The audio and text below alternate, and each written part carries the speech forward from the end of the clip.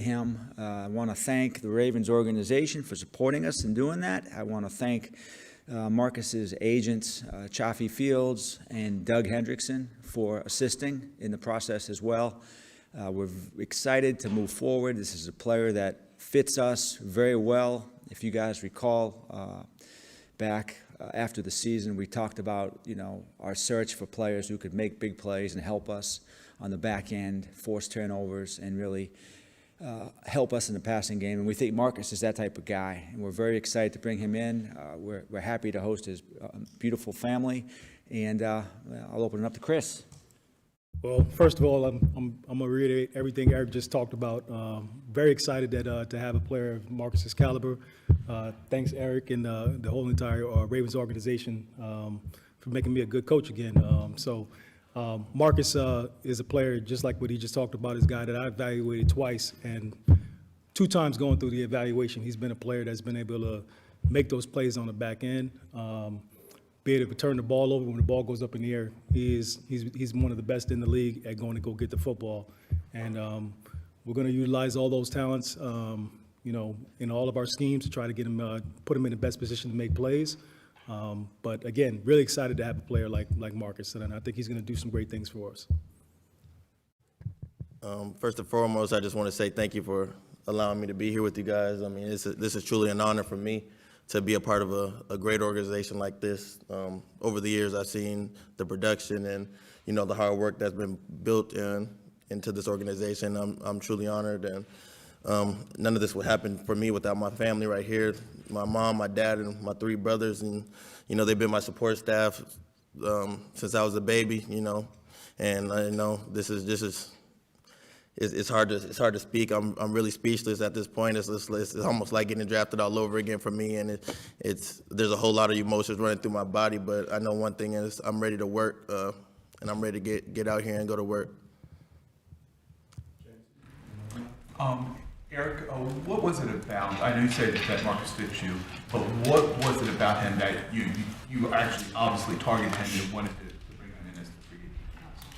I think it's some of the things we saw on tape when he played in college at Utah, and then just having had a chance to watch him, in the NFL. Great instincts, eyes, range, ball hawking ability, a good support player down low. He can come down effectively and make tackles. Just a guy that has an opportunity to make critical plays in critical situations. We've played against him. I also think that just talking to other people about him, I can't tell you the amount of either players that have played for us in the past. Eric Weddle, for instance, who reached out to me about Marcus as well, and people like that. But just kind of fits us, over the years. I referenced players like Rod Woodson, Ed Reed, guys that can make game-changing plays at the right time. And we've seen the impact that those type of guys can have on the NFL and, in the games now, especially with the impact of the passing game that we've seen, the rise of the passing game over the last 15 years or so. And I just think Marcus is a guy that really fits us and makes us a better defense. Marcus, can you just talk about the process? I know, you were one of the more coveted free agents. Was the Ravens an opportunity you were eyeing from the beginning, and how did it all come about? Man, it all happened pretty fast. I was really training, and it all just came to me right when I was training. So I mean, it all happened pretty fast. But when I heard about the opportunity, I was excited about that because I already know what type of culture is built here, and I already know that it will fit the type of player that I am, and the type of people that are already here. I already know they're competitive and they're ready to go to work every single day. So that was really got my eye. Marcus, Luke Jones, WNST. Eric just mentioned Eric Weddle, another Utah guy. I wanted to know if you had a relationship with him, if you had. What did he tell you about the Ravens, or any other players in the league that you reached out to find out about Baltimore? Man, Eric is definitely somebody I watch a lot. He texted me the other day, and he's like, "This is one of the best organizations he's played with," and he said it's definitely somewhere I want to be. Somewhere that's going to help elevate my game because I have a lot more to do. I'm barely getting started in my game right now, and I feel like I haven't even reached my full potential. So I feel like here is going to help elevate my game way more, and I'll be able to do a lot more here with the help of the coaches. Hey Marcus, Kirk McEwen from 98 Rock. You faced a little bit of adversity in your rookie year, and then you turned into one of the best safeties in football. How did your rookie year impact the man and the player that you become? Even being a rookie, I don't think that I was bad at all. I mean, I may have one play that, that set it all off and people know me for, but that's just adversity. Everybody hits adversity, and for me, just being able to face that, look it in the eye, and keep going, I feel like it just shows who I am. I'm never the type to back down. I'm not going to quit, and I'm going to just keep going. You could get knocked down, but if you don't get back up, that's on you. Life is full of choices, and my choice is to get back up, stand tall, and continue to be who I am. And I'm that type of person. I'm never going to let anybody tell me I can't do something. That's what I preach to the kids that I speak to. Just like when I was in college, I said I'm gonna get a degree. I went to the league and I went back and got my degree. So that's just the type of person who I am, and nobody can ever tell me that. They can never say that you quit because you may miss a play. That's life. That's football. Something's always gonna happen, and for me, I'm gonna get back up and I'm gonna keep striving for success. Eric, Todd Carpenter aside, you said before how the Ravens sort of aren't real aggressive in free agency. What was the difference this year at being so aggressive out of the gate and getting these guys? Oh, man, Ty, I think it's just strategies that you have. Every single year is different. I think we're known as a team that likes to chase the comp picks, but every single season, presents different challenges. Other teams, players available, your roster, the salary cap, draft capital, various things. We just felt like if we had the chance to get a guy that was a ball hawk, physical, smart, durable player, we would do it at the free safety position. And you look at other players in the league, successful defenses, how you want to evolve as a defense, what players are available in the draft, and what does it take? And I think in this particular instance, Marcus was the right player at the right time for us. Fortunately, we have a good relationship with his agents. That always makes the process easier. He's a young player, and I got to say, over the years, we've had the chance to bring players in, very successful players. Sometimes those guys are closer to 30 years old, right? And it's really, really awesome, I think, personally, to get a guy in here who's 25, 26 years old, who hasn't even reached his physical peak yet. I think that's exciting. Marcus, Ryan Mink from BaltimoreRavens.com. Ball hawking safeties, there's a long history of that dating back to Ed Reed. Was he a guy that you watched growing up, and did you try to emulate his game in any way? I've never been the one to really watch other guys when I was growing up. I kind of just played, and as time went on, I just started watching myself and how I was going to get better. As I got to the league, though, I started watching more guys and seeing that Eric Weddle came from my college. I kind of watched him a lot. But I never really tried to say, like, I'm trying to follow in someone's footsteps. I really try to make my own path. So, I mean, they're all great players, but at some point I want to be better than that. So that's just for me. Coach Hewitt, Bobby Trotz at WBAL. Curious how you think Marcus fits with your secondary as currently constructed. Reality of it is Marcus is a player that's going to be able to change the game just like everybody's been talking about. And our job is, and my job is to try to put him in the best position for him to go and make plays. So as far as how I see him, we'll find out all those things once we get on the grass and get out there and play. But I know what his ability is and what he's going to be able to do for us as a team. So I'm going to put him in the best position so that he can make plays, whether that's on the back end, blitzing, covering, all the things that it takes for you to become a great player in this league. We're going to try to do that to suit him. And Marcus, the thought of teaming up with the likes of Marlon Humphrey, Marcus Peters, and Chuck Clark and the rest of the secondary, is that something that was a big factor in your decision?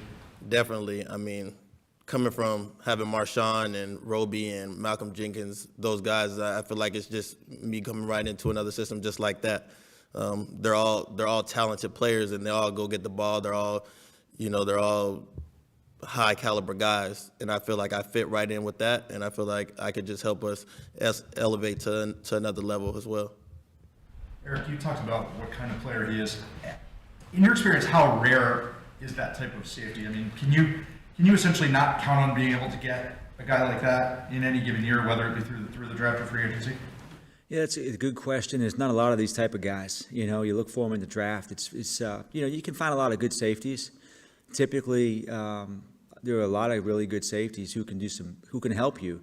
But to have a guy on the back end who has the type of vision, the instincts, the eyes, and the ball skills, those guys are few and far between. And, you know, we look for them every single year in the draft, and there might be one or two of those type of guys out there. But what we see are those are the players that are coveted by other teams as well, and it makes it very challenging to get those type of guys. Marcus, can you just talk about your mentality when you see the ball go up in the air? When the ball's in the air, I think it's mine every time. Sometimes I may hit my own teammate, but that's the cost of doing business. I may take the interception from them, but as long as the other team doesn't get it, then I'm happy about it. But I mean, the ball's in the air, I think it's mine every time. Marcus, when in free agency, it's almost kind of also like you talked about going through draft. It's almost kind of like recruiting, you know, with high school and everything, with people coming after you. I know you had other teams interested in you. What was it about the Ravens and kind of their pitch that maybe sold you the most to eventually become there? Like I said earlier, it's just the culture here.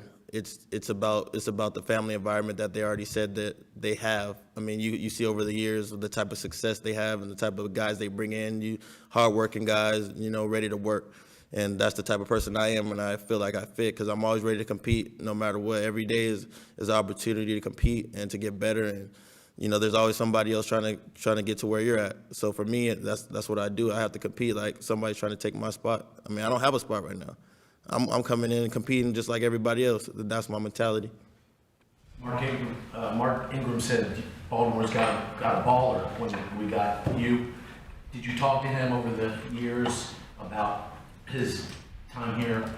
Mark loved to hear. I mean, if he could come back, he probably would. But no, Mark's a great guy. He speaks highly of the Ravens organization, and he told me that I would love it here, and I take his word for him because I talk to him pretty much every week. So, yes.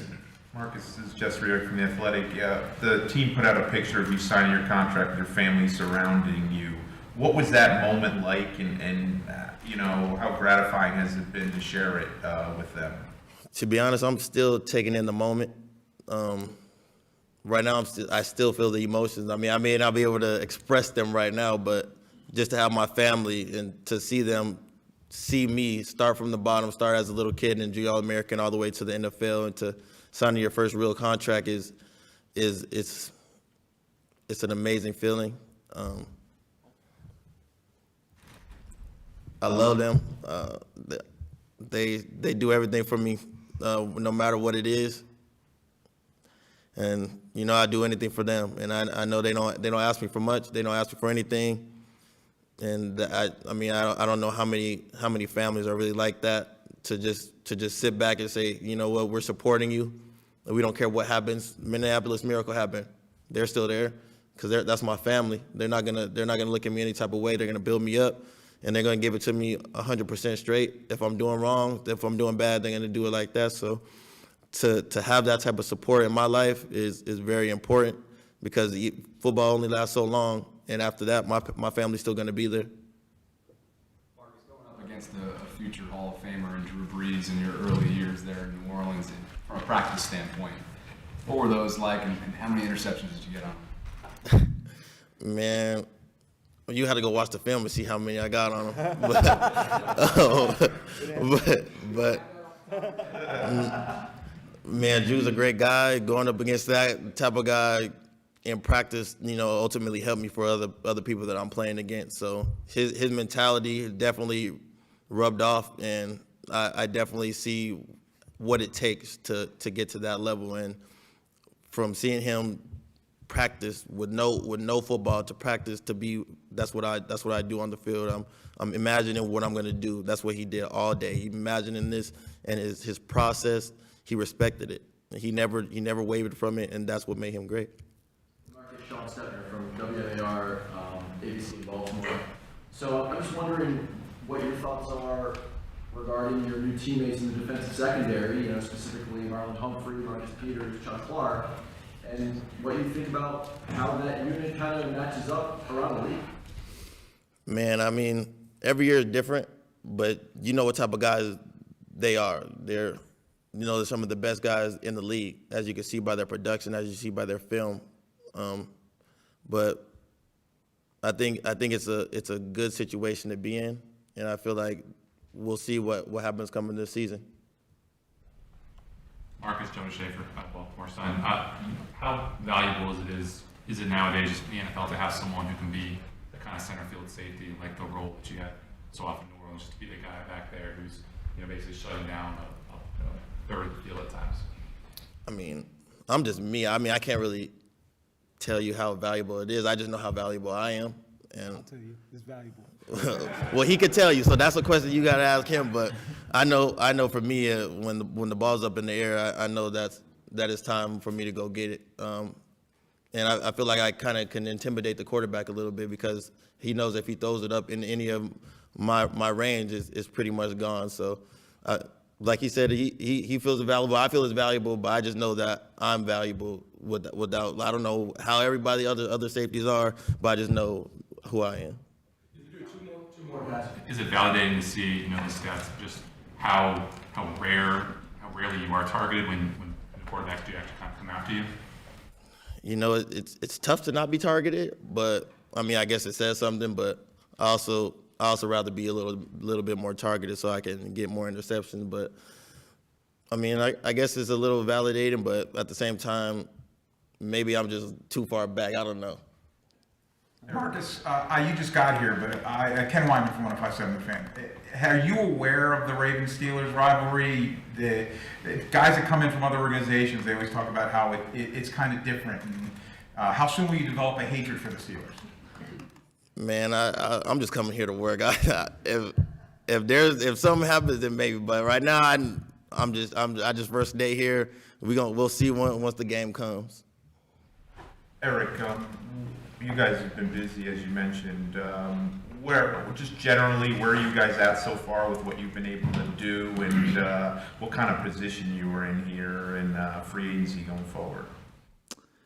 I think it's a fluid process. We're excited. We think we still have a lot of room to improve at various fronts, Jeff, at every position. And, we were very excited to get the comp picks this week, the 2 fourth-round comp picks.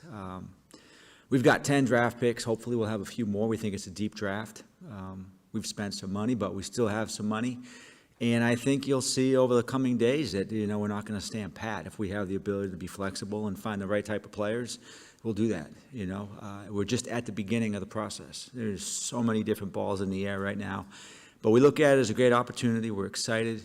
As I said before, we were disappointed by this past season. And we see a real opportunity moving forward, and we think this guy's a big part of that. All right, thanks, guys.